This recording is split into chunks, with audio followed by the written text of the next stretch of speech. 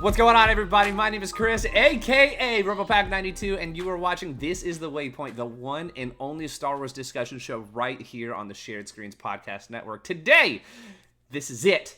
We finally made it, boys. It is the finale of Andor on Disney Plus, episode 12, and it was a heater. So good. Payoffs for plot lines left and right, and we're gonna talk about it. Before we get into it, do you like video games? Yeah, Man. Pretty I cool. do like video games. I'm so glad to hear that, because guess what? We talk about video games here on Shared Screens, and we just uploaded a spoiler cast for the biggest video game of the year, God of War Ragnarok. If you've maybe heard of it, I know it's a small little indie game that from some nobodies that everyone yet nobody's ever heard of. But we still decided to throw those guys a bone and play their game and talk about it and I think they made something that's pretty cool. And so maybe go and check that out. Yeah, I think these guys are real up and comers. I think they've got something really going on, and it's cool to see the little guys kind of rise up and compete with the big boys. So please go check that out if you're into God of War, and we talk about other video games too. There's some big stuff on the horizon, right? Callisto Protocol. Other games, probably. Game Awards. Game Award chat. Other stuff, who knows? The only way that you can find out is if you hit that little subscribe button down there. Maybe even hit the bell, so that way you know when stuff comes out. But enough about video games. We're here to talk about motherfucking Star Wars. Joining me today, Hell yeah. friend of the show, has a dope Kermit the Frog and an X-Wing pilot helmet. It's our boy Aaron Roots 427. What up, baby? Andor good. Andor good. Oh my god damn it! Of course, I panicked. And somebody also joining the show today. My co-host, somebody who's never said Andor good once in his life, is some other Josh. Andor Say the line. good. Yeah, say the line, Bart.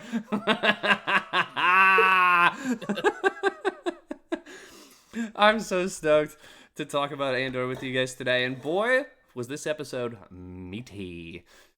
What a cool and show. What a great what show. else is meaty? Our beloved guy in the chair, Alec, couldn't be here today, and he sent us some meaty ass thoughts, a couple paragraphs, if you will. So I'd just like to, before we forget again and we run a bit for a couple weeks, I'd just like to, just touch on them a little absolutely. bit.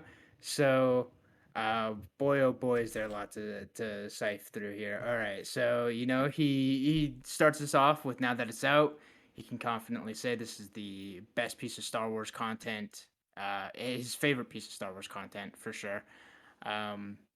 Loved the setup here. Loved all the big planes of action going on at the same time. Vel running in like Tom Cruise does in Mission Impossible. Tom Cruise does in every Tom Cruise like movie. yeah, literally. The guy just Spartan kicking a stormtrooper off the tower. This is Ferrex. He really I loved love that part. Loved really a lot of fucking this. His biggest gripe was the Mon Mothma stuff, which I'm sure we'll get into. Just he felt like it was a great BRC plot that kind of just ended up leading to this meeting of two teenagers. And Also, let's take a sidebar. One of them's the coolest. Let's take a sidebar. Confirmed, not the raddest child in the galaxy. I'm so upset. This is the biggest disappointment. This is the saddest I've ever been in my life. No. We don't know. He's got that fucking dorky ass haircut. He's sitting there in his dress clothes. Wear those clothes and everything. We don't know where it's gonna go. For all we know, they could meet and he could be like, "Yeah, I actually really hate my parents. Let's go make out under the bleachers or something, and check out my cool speeder I have." Absolutely, we will get there when we get there. In season 2, probably. And to wrap up Alex's thoughts, he really liked the big cliffhanger and imagines that we'll see Andor be taken under Luthen's wing. And he really liked the post credit scene. Oh yeah, we'll definitely touch on that. On that. Oh yeah.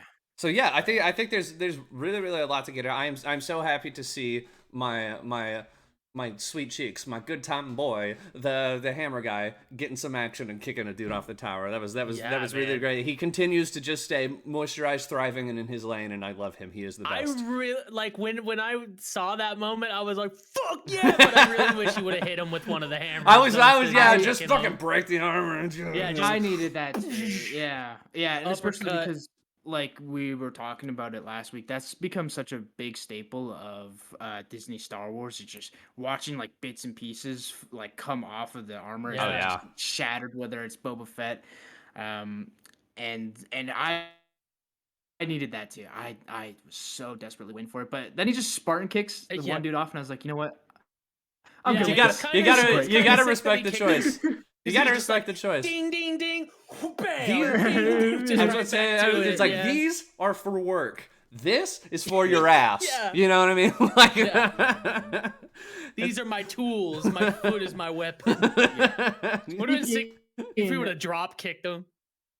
Just, Oh, yeah. just fucking Batista bomb him Speaking- off the top of the fucking. Yeah, hell yeah. Yeah, Yeah, dude. Just hits him with the Arcade. spear and let's go. Speaking, yeah, man, yeah. Speaking of kicks and bashing things over people's heads, my man, fucking Bassin holding it down this Oof. episode. B2 emo gets flipped over. Fucking Bassin just fucking kicks this dude and just fucking stands up. Just And, freaking Brasso. smash that dude in the face with the Then- brick. yeah, takes Marva's Oh. brick and like he knows that this is what she'd want. I was about to say, He yeah, I knows was it. like, that's absolutely.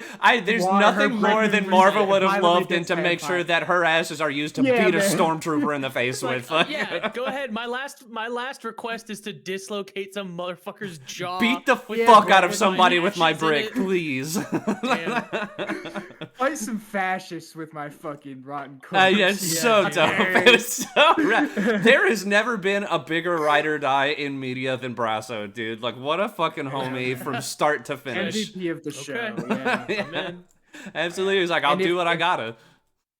If Okay, next let's season go. is this awkward love triangle between K2SO, Brassa, and Andor, this is gonna be the greatest Star Wars show of all time. What Oh a yeah, crazy it won't get any Yeah, better yeah. than that. That's Yeah. peak Star Wars right there. You know? Ooh, You peak. know what I'm saying?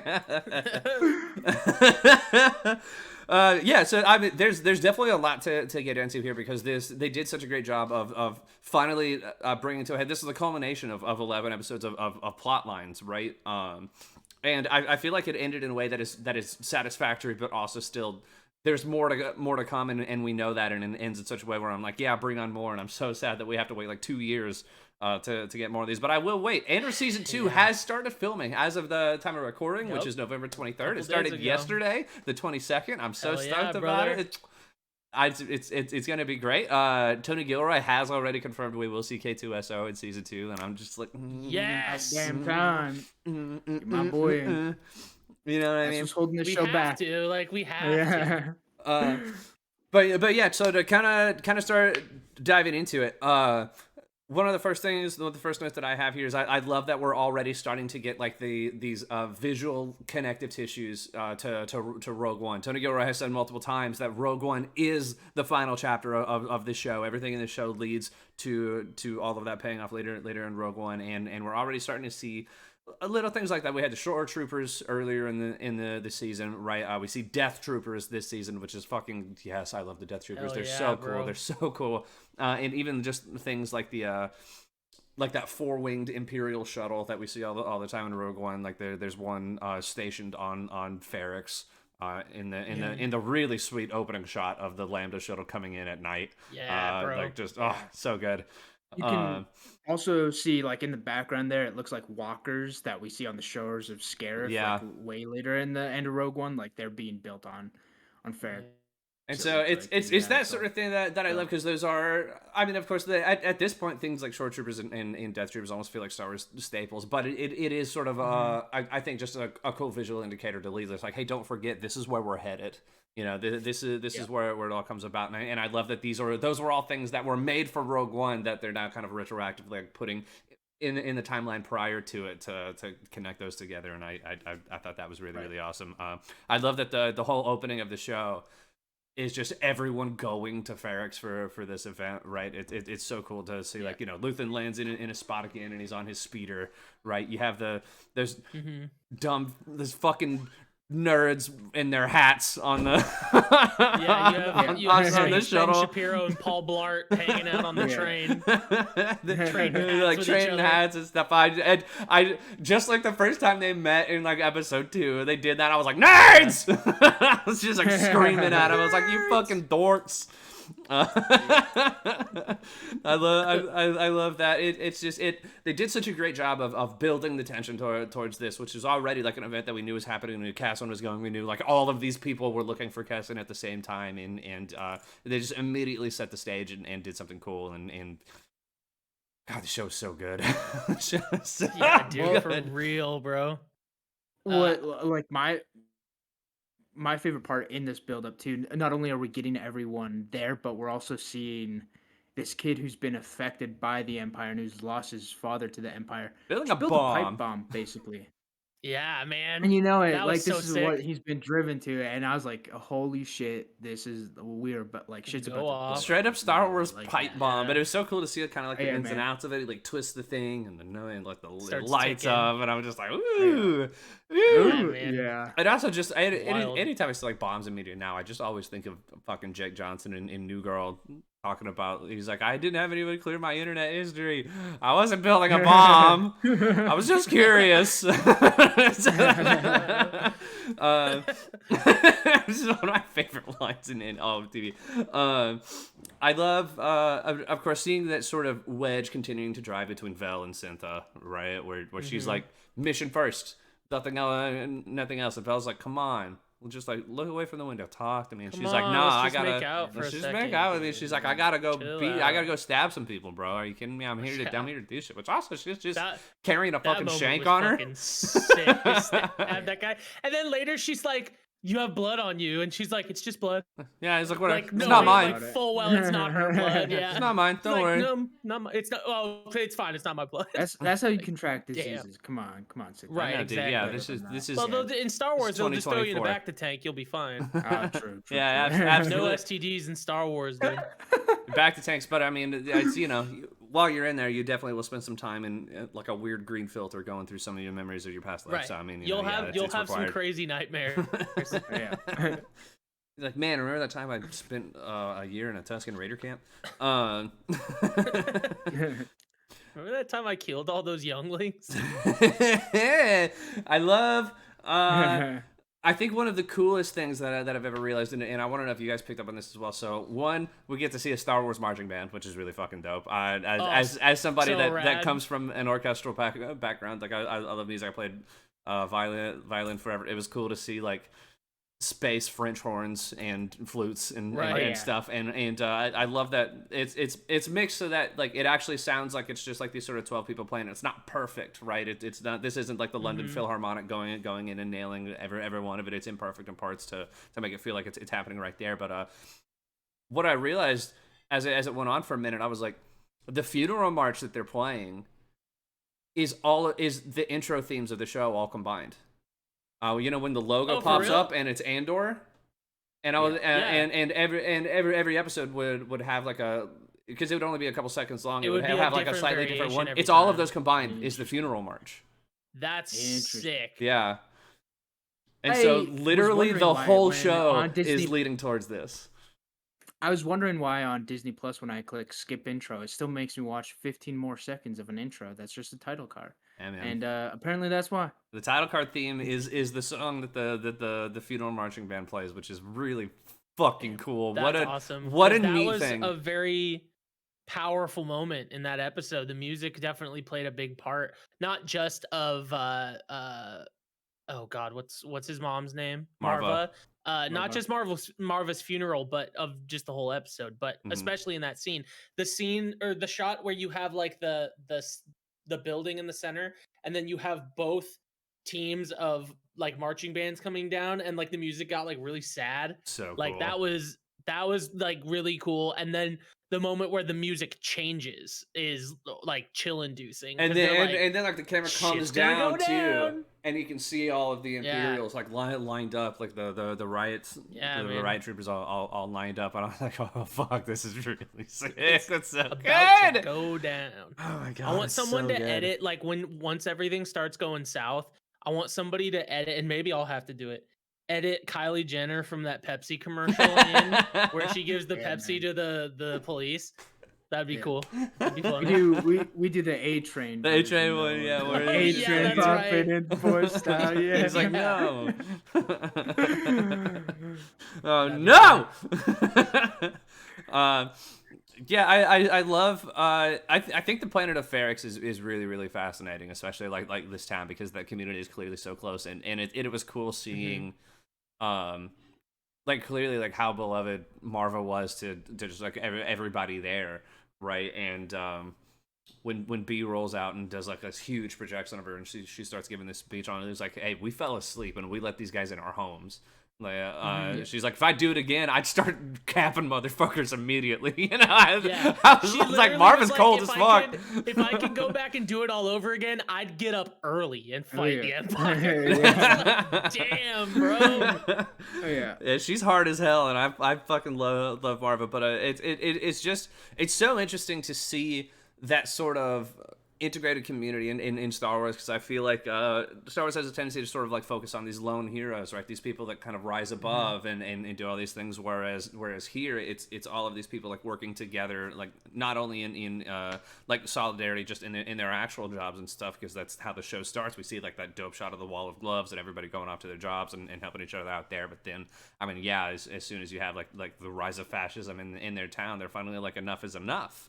And it's just an incredibly powerful moment, and I loved everyone like sitting there realizing, okay, like it's time to do shit. And finally, like the kid whose father was killed, he's like, all right, let's rock and roll. And Bomb. Kobe! Yeah, bro.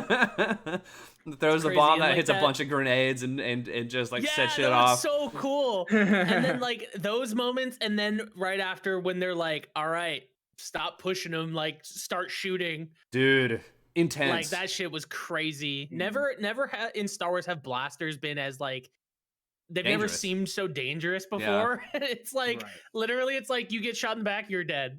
Yeah, man. Like, it's freaking crazy. And they focused Yeah, on the and, one like, on the one dude a long time, which hasn't happened really Yeah, in the show Yeah. yet, because people just kind of like go down and it moves on. Yeah. Yeah.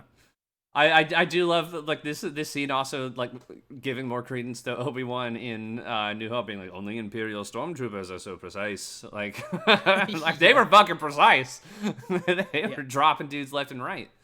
But there's Yeah, also something wild. about like the sound design there too that just they sound mean. They don't sound like toys. You know, this isn't. This isn't a New Hope. Look, we're gonna have company. Like this is hey, these dudes have guns. Get the fuck out. Like, Yeah, it's no bullshit Star Wars, man. yeah. Yeah, this isn't the pulpy space adventure that it becomes later in A New Hope. No. Like, hey, these dudes are dangerous. These are the boots on the ground people. And I really really like that. I really love their chant of stone and sky too. I think their whole Yeah. that whole culture on Ferrix is just so interesting. And it's like I'm sure we're probably not going to spend much more time on Ferrix in season 2, but I almost want to. Like we spent so long here and got to know all these characters so well that it's Yeah. just it's really really interesting. Yeah, Ferrix is a pretty dope planet, turns out. Yeah. Also, fuck that why- guy that pushed B2 Emo over. Fuck that guy. I hope wanted he's him to dead. get shot so badly, dude.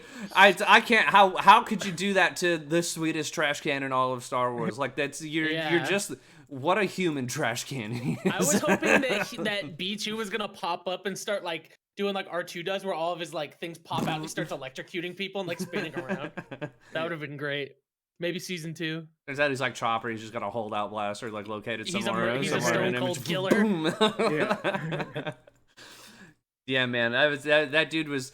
I hope he's dead. I hope he got shot. He needs to die. Yeah, you don't and touch if my boy. If he's not dead yet, I hope he dies a painful death. How dare? How so very dare? I really was so uncomfortable when Cyril and Dedra finally meet up again. Oh my god, they're so weird, and I don't like them. Yeah, man, it's so boy, it's so awkward. They're so weird. Speaking of, Cyril's given some real stalker vibes at this point now, right? Like he sees her But and he he's saved like, her life. She owes him she's now. here. Like I was just It's like, her. ew. Go away. He's so gross and icky. Freaking He dork. gives me the ick. What is that fucking dork? Biggest dork in all of Star Wars, bro. Ugh. He should be a droid, honestly. He's He's such a dork. He should be a Basically droid. is, He's man. such a fucking A dork, protocol droid. but yeah, I am curious as to like, because that's the last time we see both of them is in that Yeah. is in that closet, like this close to making out, right? Like and which 3 I was seconds in heaven. which I was they like I saw him like doing like this thing and like kind of inching in. I'm like, no, Yeah. no, I was please. like, no, Yeah. not yet. Yeah. Anyway, I was like, no. Yeah. not but- like this. But I am interested just kind of what standing that leaves him. Like what is Serial's position going to be in season 2 now? Because it's like he's Yeah. it almost feels like maybe he's found his way in. Like this is it. Like you said, she owes him now. He saved her. Mhm. I Get also me a job with the Empire. I need you to do something for me. I need you to kill my mom. And also, never. I want this specific type of cereal, and I want it to never run out. Absolutely. I need an endless supply of cereal corn puffs. Yeah. Like yeah, it's just that's really interesting, and I like that neither of them were killed off in this show either. They're continuing to run with these characters and set them up as antagonists for the for the next season, and that's cool. I like Marvel movies as much as the next guy, but I mean a common complaint is that interesting villains always get killed off in their movies, and They're just in and out. that's something that happens in Star Wars shows in seasons 2, and so I like that they're saying no, like we're gonna keep running with these and build them up more, and I'm like, yeah, more time with these characters is awesome, because as much as they are gross, they are interesting. Yeah. I really thought it was cool that like the first time like we see Dedra in like a battle situation, like combat, completely inept, like not ready. She's ISB, you know what I mean? She's not boots on the ground. She's not fighting. Yeah. And so I like that was kind of a weakness He's for just her. telling where the people to go. Yeah. Yeah, that was sick. And like speaking of like blasters being an actual thing in this show and like having like weight to him, when she drops hers and she's like scrounging around and it's getting kicked around and people are just picking her up, and then finally like you see someone pick it up and it's like who fucking has shit, this who's blaster? got it? Like, Yeah. what is happening? Yeah, and it's Dude. Car, and I'm And like, that then, was intense. And then go for it. sorry, no, go ahead. I was gonna say, and then yeah, like the adrenaline of like when like he finally saves her, and it's like, all right, yeah, like y'all are even, like you've been real creepy, you've kind of redeemed yourself, just go away. But I think not they'll gonna be go like away. definitely an assistant role next season. Like Yeah. he will be right under. Yeah, her, he's definitely working his way up. Another thing on blasters, really quick, is the part where Cassian does that sick dive shot to that death. So cool. Yeah, And man. then right after that, we see that fucking civilian guy just get absolutely decimated by that turret.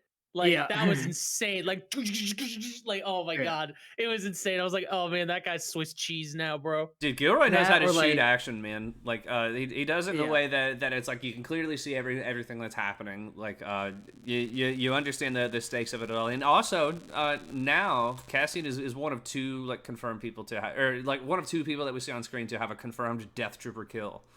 Hell yeah. The other one being Baze Big Malbus from Fuck from yeah, Rogue dog. One, which is dope. Interesting. 2 Yeah. kings. 2 kings, Really, baby. really love the shot of him like slamming the one officer against the wall and then just burying his In his blaster, like, stomach, deep in his yeah. head. Yeah. Oh, It's just Stone you know, cold. like when you do when you do that like IRL, it like it suppresses the like sound of it because you have like the chamber, like the barrel pumped right up to the chest, and this one is just like it's loud as fuck. I'm like, dude, Yeah. you just kind of blew it, man. The fact that like you're rescuing Vix. Yeah, right this now, is but- this is a Fucking building go for full of it. Imperials, but you do your thing, bro. Yeah, man. I do love that. That's like a really consistent thing with Cassian, though, is that every time he has the opportunity to kill somebody, he does. Yeah. Dude's cold as fuck and isn't taking any chances, and Yeah, that was really really awesome. I do like that his whole mission there wasn't actually to see like Maarva's funeral, but it was to rescue Bix. I like that he worked with Brasso and Jamie Tartt's dad from Ted Lasso to kind of like figure out a way in there, and even like kind of like one step ahead of Dedra in the Imperials and stuff. That was just And did they use the tunnels that his mom was talking about? I think so, right? Like think so, that's the too. one. Because they focus on the great of him leaving, and yeah, that's the one that that Bix mentions to Brasso, where she's like, yeah, there's this old tunnel where she's going in there like trying to open things to make way for the rebellion, which what a beautiful payoff, right? Oh yeah. And not one that they focus on like really all that much either. It's a line that they say there. It's something that pays off later. It's there if you recognize it. But like that's thematically so great because not only is like Maarva setting this up for essentially Cass to end up using later, and come in and rescue Bix, who is also joining the rebellion. That's also happening while her message is playing out to Ferrex, and she's kind of like starting the rebellion there. Like she was kind of the originator, and I love that Luthen also kind of got to see that, and I'm curious to see what Luthen takes away from that as well. I couldn't read what was going through his mind in that scene. Yeah, Alec in his point said Luthen just looks tired. I think I think this has changed Luthen's perspective on it, especially because like this is Cassian's mother. Like this is the woman who like raised him, and he's there to kill him. And like this is the values that his mother has, like this or had, like this is definitely the values that like Cassian is gonna like keep on. And so I think he leaves there and he's like kind of like fuck. Also, I just sent 50 men to their death. Yeah. Like who the fuck am I when this R.I.P. like woman's Krieger. like yeah, and he's like who the fuck am I when like this woman's like inciting like actually having people rise up, and I'm just here like, oh, you gotta like choke him and then make him get to this point. Like this woman's actually doing what Luthen wants to do. I think, and so I think he's like definitely like that long bike ride back. I think he's reflecting on it for sure. And I also wonder if yeah. he's taking this as his point is like we can finally go loud, like it's time. Yeah, I think he's sitting there. He's kind of reflecting. It's like maybe I shouldn't. It's like maybe I can bring Cassian in somehow and get him involved in this if this is the way that he was raised. But I also I think like maybe that was also an opportunity for him to be like, you know what, like no more shadow shit. Like it's time to come out and really start fighting. People are oppressed enough that they're already making fucking bombs that nearly blew my Right. ass up. So we could just go loud with this one. It's honestly. like I think they're ready. That's just some kid whose dad was arrested. Like, imagine what's gonna happen to like survivors of like a genocide or something like that. Yeah. Like, imagine what they'll possibly come up with. Like, there's a lot of people who are either in the rebellion or soon will be in the rebellion who have a lot greater revenge motives than just the little kid who made the bomb. Oh yeah. So your days are numbered, Empire. We're fucking We're gonna get your ass. I hope you're ready. I'll see you at SummerSlam. 100 TIE fighters, 1,000 TIE fighters, or a big ball that can kill a whole planet. We're coming for you. We're coming, baby. Oh shit! They have We're a big coming, ball that baby. can destroy a planet. Like, oh fuck! You Wait have a minute. One big ball that can destroy a planet, or 2, or 3. I don't care if you have a whole fleet of fucking mounted lasers that can blow up a whole planet, bro. I'll come. I don't care if we kick your asses one time and you reform to some dumb bullshit called the First Order. We're gonna kick your ass again, bro. And it all started right here with some kid with a bomb. He was the spark that lit the fire. The First Order down. He was the spark that lit the match that went to the fire that blew up the pipe bomb that he made in his apartment.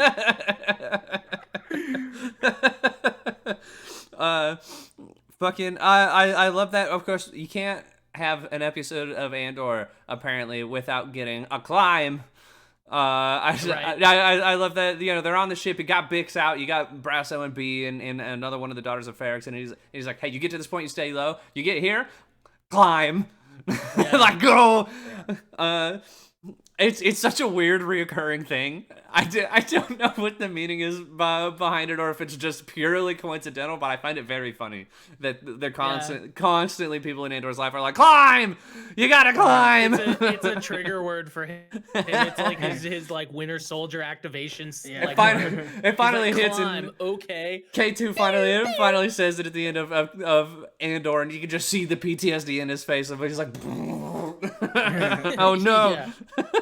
Also, another thing that this show does a lot, but it's never not welcome, at least for me, is just the speeches. Like this episode, we got two pretty good ones. We got the Maarva one, but then we also heard from Namek's manifesto, like his little freedom speech, and that was amazing. I need them to release that.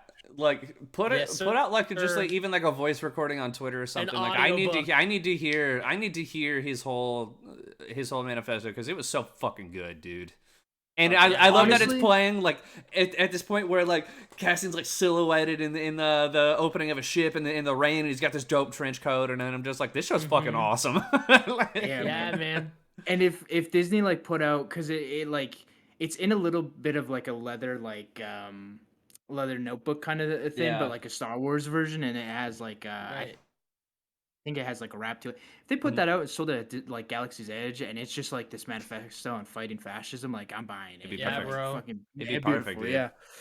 Yeah, man. And it was, and like we talked about this like a few episodes back, but this show, you know, deals with obviously things that are in like a futuristic set in the past, technically space universe, but it has a lot to say about what we're currently going through in modern day society. There are horrible pieces of shit out there.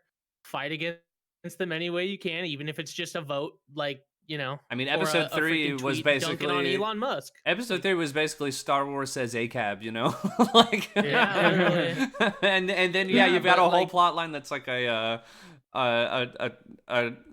whole thing on the prison industrial system. Like you've got the whole heist and the way that they just like drive people out of their homes and come in and take over and use all their resources. Like it's very relevant in a lot of ways, while continuing to be space magic and pilots and all that thing, and that it doesn't feel preachy. Even down to the point of in the I can't remember who said it in the episode, but somebody was like, or I think it was Maarva, who was like, fighting might seem hopeless, maybe it doesn't go anywhere, but you have to fight. Like you can't let them take your humanity away, basically. Is really good. I mean, the writers are just in their bag like all season long. Like I especially think of the one from what was it, 2 episodes ago, where you had Kino Loy, and then later Luthen talking to Lonnie, and just fuck, man, like these guys are just, it's perfect. There's no other way to put it. Finally, I think to sort of touch on is the big thing, which we called here on the show, right? The parts they're building are for the motherfucking Death Star. Like they're building the fucking dish that will eventually kill Cassian. Like like it's so cool. And I loved specifically that shot. Like, you see how far along we are, and like you said, it's literally like the dish that we see like gets installed at like it's half an hour into Rogue One, like 10 minutes. I was gonna say, like, I love we it. Are so close. We see the shot of like it's the ball is there, and we're just waiting for the dish, and what a cool like the way that they're going to pay that off later, because I assume we're probably going to see more in progress shots of the Death Star in season 2, and so like we're going to finally see that thing be installed in Rogue One, in the final chapter of this story, and which was initially just to be like a cool shot of like, hey, check this out, this is the Death Star, and now that's like this thematic thing that's been like drawn out for this period of time. It's fucking brilliant. My ass is going to Reddit to find that wallpaper for iOS. Oh yeah, already immediately. Like it just looks so fucking cool. Just the verticality of it all, like it's gorgeous. And I mentioned this before we went live, but like the droids that are building it too, like really reminiscent of like the droids that Oh, attack like buzz Anakin's ship, droids. like the little ball droids. Yeah, Yep. at the Buzz beginning of droids. Revenge of the Sith. Like I Lost just the love the spot. way they're Hate fun. scattering around. Yeah, Yeah, it really I love it, them it scattering really around the tells you dish and stalling how parts. evil the Empire is because they're having droids that look like spiders building their evil That's how you know. space station. That's how you know, dude. Yeah, spiders are bad news Yeah. unless Spiders you're are always Spider-Man. bad. Unless Yeah, you're I a was really Spider-Man. sympathetic to their cause until they had, spiders, and then I'm like, you know what, He said, maybe you this know what? No, empire thing ain't working maybe out. not the best. You know what I mean? It's like Yeah. had that moment of like, are we the baddies? The droids are like, wait a minute, what are they building over there? What's going on? Shut up and get to work. Yeah. It's just what a beautiful like confirmation that it's like, hey, yeah, no, this was the thing that we're building. I love that it builds off of from the episode where Cassian is trying to convince Kino like they have to break out. It's like clearly whatever we're making is important to them, which turns out crazy important. But it is of course like Also, the, my I'm just saying like it is of course like the central plot point to Rogue One later, and I love that it's like I don't know if we'll ever see like Cassian actually like learn that he helped build this thing, but I do like that sort of like thematic parallel of him eventually like incidentally like not willingly like helping the Empire of course, but like like his final act is kind of working to help destroy the thing that he made, and that kind of retroactively also like makes the sacrifice very similar to shit, I can't remember his name, to Galen Erso as well, who built a weakness into the thing so that somebody could destroy the thing that he made, and I think that's really beautiful in a lot of ways. Like it's the levels that they've built into this, like it's I can't get over it, man. Tony Gilroy just is a fucking magic maker over here. Yeah, dude. My favorite thing about that whole they were building parts for the Death Star is group it in with all of the other like awesome references and Easter eggs we got for this show. It was never, oh hey, this is like it looks exactly like something that was on the Death Star. It's like they're building stuff, and then all the fans are like, I thought it was TIE what you fighter guys joints. building over there? What you guys building? And people were speculating, and then at the end you actually get that big reveal. It's not confirmed before it's confirmed. Yeah. So like like sometimes you'll see something and then the dorks like us will be like, oh, they're building TIE fighters. Yeah, like, right. And then later it's like, oh hey, like they open the door and it's this wall to wall TIE fighters. It's like, no, that's like, oh yeah, maybe they're building something for the Death Star. And it's like, hey, guess what? Here's the coolest shot of the Death Star. Ever. Yeah, I think the decision to put it in at the literal very end is so cool because nerds like us do kind of get distracted with that sort of thing, right? And that kind of like dominates the conversation. I like that it allows that arc to breathe and have that thing to where it's like what they were building really wasn't all that important to the actual story that was going on there while they were in the prison, right? It was the dynamic between Melshi and Cassian and Kino, like that was and them getting out and starting to realize that no one's getting out and building around that to where like the only kind of mention of it again is Cassian being like, clearly whatever it is we're making is important, but it wasn't important to the story at that time. And so I like that now that he's out, now that it's done, and now that we get the end where he goes to Luthen and says, "Kill me or let me join," and now that Luthen's like, "Got him, let's fucking go!" like hell yeah. But now that he's there and is going to be like working toward the rebellion, now what they were making was important. Right. And that's when they decide to reveal that. I think that's just really, really smart. And yeah, I wonder if we see. I guess technically we do see Cassian learn about the planet killer at the beginning of Rogue One. So I get the feeling he might not know that he participated in building the thing. I don't think he ever figures it out, which is fine. Like not every character needs to know every single piece of information. Yeah. Yeah, but I don't think that's too important, but there is just like that again, that sort of like that dynamic that's outside of it. Overall, it does kind of set up that line in Rogue One where like oh god, what's his name? Tarkin is like there's not going to be any more delays. Like we're done. Like we're building this thing, and it's like, oh yeah, the prison break was probably one of those delays, huh? Hell yeah, they were. which is really interesting. It makes me want to. I want to go now back through. I've got this here Catalyst, a Rogue One novel, which talks about. This actually came out just before the movie, and sort of documents is the right word, but it does talk about Galen and director Krennic, like during the early days of the Death Star project. And so I want to see if they've managed to work that into this book like so long ago. I'm curious to see if there's a mention there somewhere. So I might take a refresher. To see Krennic in season 2. I feel like they got it now, right? They teased us with the Death Star. Or Galen, that'd be pretty sick too. Yeah. I was like, yeah, they teased us with the Death Star. Like we got to see them next, right? Like it at least like something. Like they don't have to be a focus, but somewhere. You know what I mean? Just put them somewhere. But also, if they don't, there's enough in Rogue One too. Vader or the Emperor. No, because like if Rogue One is supposed to serve as that finale. Imagine watching like when they're all out, watching both seasons of Andor, and then watching Rogue One, and then Darth Vader shows up, and then finally, it's like it takes all of that to finally become a Darth Vader problem. You know what I mean? Yeah, and I think that would be perfect. I really hope that Vader's not in season 2. Yeah, same. But I do think like Galen or Krennic makes sense for what they're going towards. 100%. It's like what is it? Secret Invasion. That's already filmed. There's already a teaser out for it. What is Ben Mendelsohn doing? Like, exactly. He needs to come be Krennic again because he was fucking awesome and it was so good and I just wanted more of him.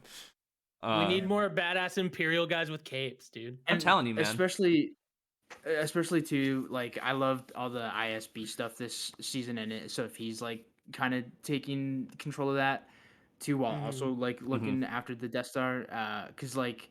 There's definitely, there's some important things set up. I know Alec didn't really like the Mon Mothma stuff this episode, but I did. I like we get the confirmation. Just wasn't enough for me. For me, I like the confirmation that the cab driver is like for sure listening in and reporting back to the ISB and like selling them out. Honestly, I thought at first I heard the ISB officer being like, "Oh, there's missing funds." I thought fucking Karn's mom went to be like, yeah, this shit stole money from my wallet. What the fuck? My kid just ran off with my fucking space visa, bro. Those V-Buck charges weren't me. I didn't do it. And I thought that's what that was. I'm refuting the charges. He's like, oh, missing money. You say, oh, okay. And I was like, oh my god, she's selling them out. And then I'm like, oh, it's the cab driver. But still, like the ISB is now. Oh, that was the cab driver. I didn't even put that together. Yeah, it was the cab driver. I just thought it was somebody else being like, yeah, we were looking in her funds, and it's like kind of screwy. No, that was the cab driver. Okay. That's cool. I love Mon Mothma's freaking 1,000 IQ play of being like, you've been gambling again, haven't you? Just like trying to explain like all the money being gone, and I'm like, damn. Yeah, and I also love him being like, great. What did I do? I'm not gambling anything. She's like, oh, sure you aren't. That's fine. Go to the dumb casino planet from The Last Jedi. I was gonna say for people like me, reference. Like, let's fucking go. Like, I fucking love that shit. And like, again, this isn't hand fisting references, but you can just name drop a planet. I'm like, fuck yeah, it's a location that exists. Fucking it's out there and it's fine. Like saying Las Vegas. Yeah, Canto Bight is basically like it's space Vegas. It's space Vegas for sure. So space Vegas, but filled with like Dick Cheneys who are like making money off the off the war. Yeah. Oh yeah, absolutely. It's so I do think that's just like such a galaxy brain move to just kind of like plant that in the ISB to kind of throw them off the trail and explain like have a genuine reason for explaining why money's getting moved around. Do you think Mon Mothma did that because she knew the driver was listening? Oh yeah. I think it's half that, but also like, but also if she suspects Perrin of gambling, like if Perrin ever decides to like look at the books or something like that, like I don't think. I don't think Perrin's actually gambling. I think I don't think he is either. Because she's like, all this money's missing. I'm gonna just blame it on him because that guy fucking sucks.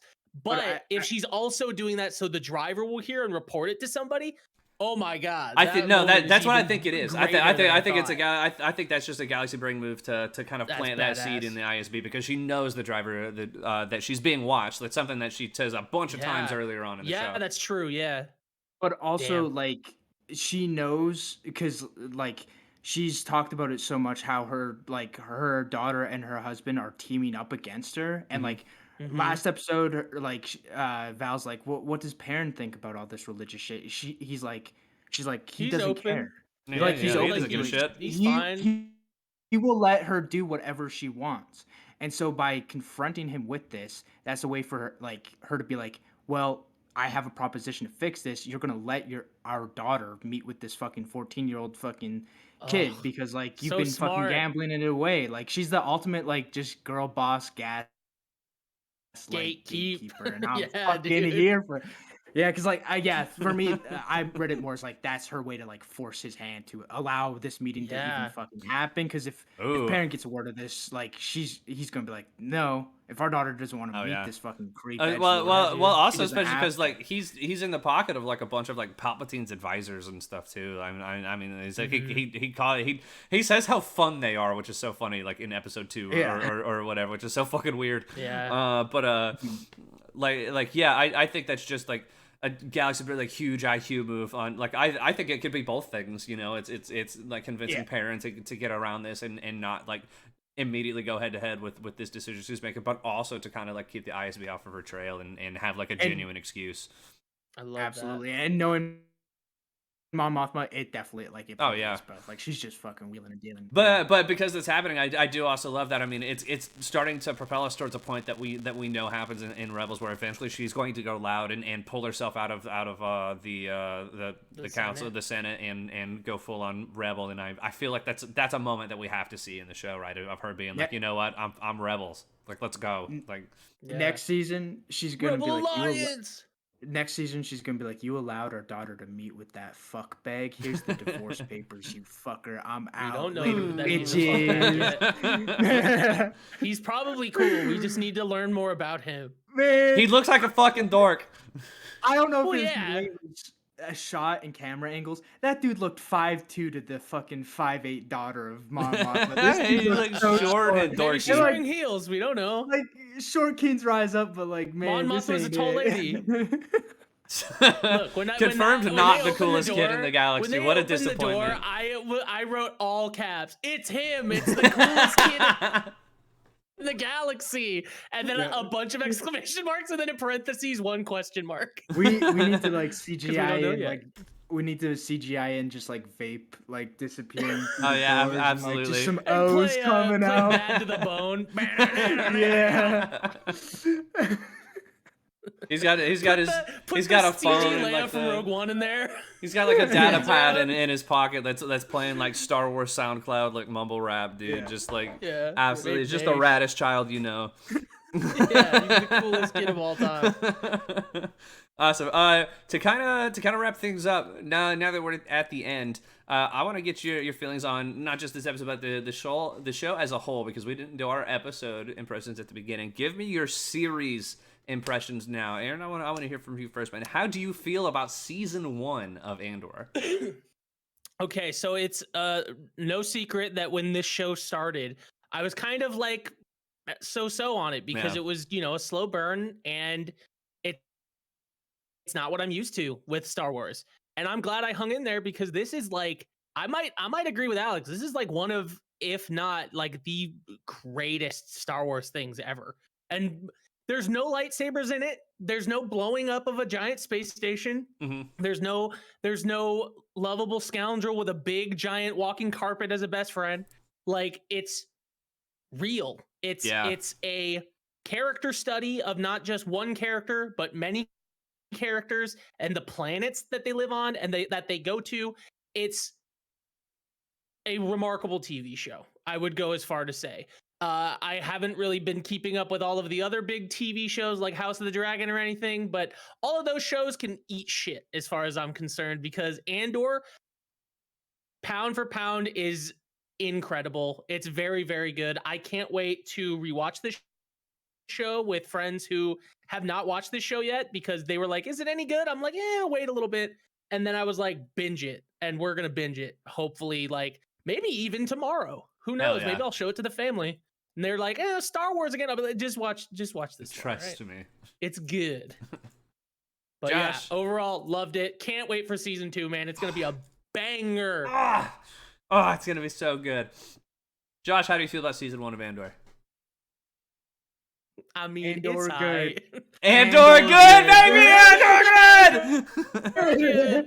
I- for me, like we all know, I was the resident Rogue One hater. I was like not necessarily looking forward towards the show, and I was like, well, I'll watch it because it's more Star Wars, and Star Wars content's like being drip fed to us, and I need something that's like something to consume. And man, I fell in love with it. I love it a lot. I I get where people are personally ranking it as their favorite. I just think for me personally, like there are emotional beats in Kenobi, especially the finale, that just take that show above it for me. Like, objectively, like yes, it's the best show, but like for me personally, with my biases, I'm like, and there's shit in Mando that I like more. So like, I'd probably rank it third after Mandalorian and Kenobi. But like that's just because I'm a sucker for those cheap shots and those emotional beats that those shows have, and the throwbacks and the references and all the shit that this show is avoiding. Mhm. And I absolutely respect this show for avoiding it and like standing out and doing something different. And I think because of that, the quality is so much better for sure. What do you think, Chris? Well, thank you so much for asking. I appreciate that. Yeah, no problem, man. So, I think this is my favorite of the Disney Plus Star Wars shows. I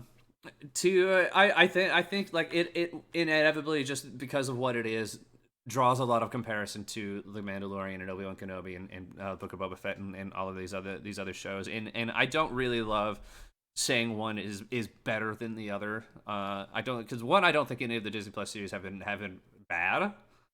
I think there have been some missteps, like at best, like with like Book of Boba Fett was a little iffy, but that's like as low as I get on any of the Disney Plus Star Wars, right? But I do think it's because it's so different. You're gonna see a lot of people being like, Andor is better, Mando is better, and it's like they're so different that I think you just prefer one or the one style or the other, and it's hard for me to pick because I really like what the Mandalorian is, which is like a sort of ode to like not just like samurai films and spaghetti westerns, but also like serial TV shows that deal with like a monster of the week thing, it's like television from a bygone era, but it just so happens to be in like shot on modern technology and in space and those sorts of things. I think what Andor does is make something that feels like it could exist here. It's character stories on not just one but multiple characters, but also a statement on current politics and how fascism can rise and be abused, and how people can be stepped on and used, and they managed to do that and still keep it all feel like it lives within Star Wars properly. That it's like, I can't believe they threaded the needle, not only just like once, but 12 times. Right. Yeah. My thing with a lot of like, especially like the Marvel Disney Plus stuff, is that they don't end well, and I was so nervous going into this, like, please just be a decent episode. And they managed to not only start, I think for me, like I was in from episode 1, like I love like deep, like slow burn stuff, and this is my favorite because it is exactly the kind of thing that I want from a series about Star Wars, like these really deep, like not necessarily super action heavy, but just more written well shows. That it hit on every aspect, music to lighting to shot composition to acting to writing, like all of it's top notch in a way that I just was not expecting. And I have high expectations from Star Wars anyway. I tend to like all of it, but I always expect to be entertained, and here I was blown away. And I was the one on our podcast who was the most excited for this show. like every time they talk about Andor, I'd be like, hey, Andor, and then most people would be like, yeah, excited about it. I'm like, no, it's gonna be good. It's gonna be good, I promise. Yeah. And I fucking told all of you, it's so good. And I'm just happy that it exists, and it is so well, and that people have been receiving it as well as they have, and I hope that they continue doing that, because it's a really, really special thing. And now I'm not at all like like nervous anticipating like a second season because they greenlit it so early, right? I was like, what if like season 1 fails? Like, what happens to season 2, or are they just going to give us more of that? I think they've proven that they can make something really really cool and really deliver on it, and this is going to make rewatching Rogue One special. You know, yeah. doing a run of like seasons 1 and 2 of Andor into Rogue One into New Hope is going to be something else, man. Like that's going to be so awesome. And yeah, I like it a lot. I don't have enough positive things to say about it. And I'm just happy it's here. And if you enjoyed it, please let us know down in the comments below. Please like, comment, and subscribe. That helps us out a ton because Star Wars content is so hard to push on YouTube. So please let us know if you've been watching it and liked it, and show your friends. Show all the Star Wars nerds on Hive. I know you're all over there. We see you. We see you, bro. We were there. Let them know. Come talk to us. Come hang out. Come follow us. We're on Hive. We're on Twitter. We're on YouTube. Come hit up Shared Screens and all of us individually on all of these different places as well. And we will see you at the next Waypoint. Andor good. Andor good.